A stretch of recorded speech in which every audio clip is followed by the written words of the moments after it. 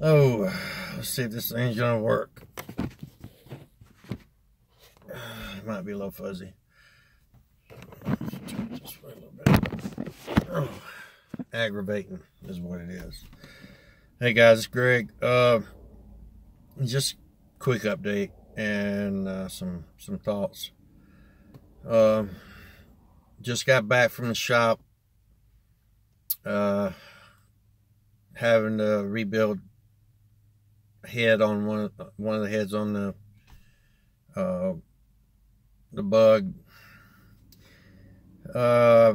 Show's coming up in May in Tennessee that I'm trying to get it ready for. Just got back from the shop. Waiting on the parts to come in. High performance parts. It's a 1914. What happened was driving it, and the guy that I bought it from when he put the shifter in, he put the locking plate in backwards. So I was driving and I went from fourth to first, and thankfully, instead of it tearing up the transaxle, it broke a stud on the valve cover and blew the push rod tubes out and broke the rocker. So I've got scat rockers coming in, a scat rocker coming in, and the push rod tubes with shims.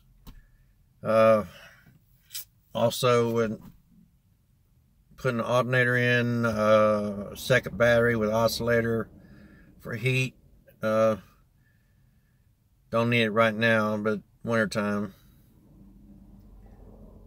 And I don't know why I'm telling you all this. That's what, at least today. But today also, Matt and I know this thing's getting fuzzy, so I apologize. Matt and I were on the phone talking about the Notre Dame stuff. It just didn't look natural to me. And I know it's early to start calling this stuff, but seeing a flame that's at least 100 foot high, and where is the fuel for this? You know, it's creating this fire, and then you have one in the bell tower, and as they show it, it's just a small fire, but as soon as they put that water on it, it gets white hot and becomes this big blaze. So is there an accelerant there? I don't know. You know, I'm going to be working on a series of, I've been writing stuff down. I got some stuff, interesting stuff we've been talking about. I'm going to try to put together a series of videos shortly regarding maybe why we see things versus other people. And also want to tell, to give a shout out to my new buddy, that new fellow South Carolinian, Thomas. You know, up until Thomas and I got into contact, Matt was my only outlet. So now I've got Thomas as well, and I enjoyed my conversations with him. But just an update. Listen, I'm having some difficulties with some health issues. The heart stuff is really getting kind of scary, but at the same time, I've got to the point where I don't even really care anymore. You know, if it stops in the middle of the night, it just stops, and I don't care. But I'm having a lot of fluttering. The CPAP machine, it's working and I'm sleeping, but it's like I'm sleeping with it 5-6 hours, and then somehow I wind up taking it off, and then I wind up sleeping another 6 or 7 hours. And when I wake up, it's because of the heart fluttering thing. It makes me nauseous. So I don't see my heart doctor again until June. And getting into, you know, trying to get a work in with him is almost impossible. My family physician is useless.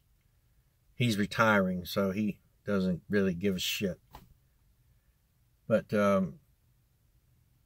anyway, I think a lot of, you know, Matt and I were talking about the things, that something about like the reason maybe just one little interesting aspect. Think of a car radio or stereo or a home stereo or whatever, and here, a station that we listen to here is 93.3. Okay. To me, 93.3. Now, of course, you've got to have your stereo, right, as the receiver to receive that radio signal. Well, we put off a frequency ourselves. So, what if we are tuned just like the stereo is? We get the 93.3, whereas the others that can't see it, they get 93.2 or 93.4. They still get a little of that signal, but to them that's normal. They don't understand getting above it and to getting on the same, modulation that we're on. They can't. They don't understand. They don't vibrate at that frequency. Let's equate it to, say, I told Matt, Macy's Day Parade, right? Okay, everybody else is standing on the corner at where the parade starts. And they see the parade as it comes. And to them, that's normal. But to you and I, we're in a helicopter above the city. We can see the beginning of the parade, the middle of the parade, the end of the parade, and Matt even threw in the fact that we can actually see that they're putting on costumes. So we see them as costumes. We know that this is not real. Yet everybody that's on the corner, they see it as it comes, linear. And we're above it. We see more than they see. They only see what they see, and you can't explain to them the end from the beginning, or the fact that this is not real compared to that, because that's all they see. So, anyway, that's where I'm at right now, and I'm in the Blazer. I know it's getting dark. And I don't feel like messing with the computer stuff right now.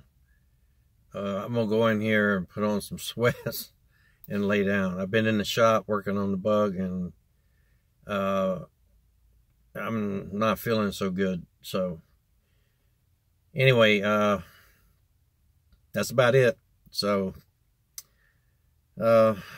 everybody have a good one. Please be good to everyone else. Take care, guys.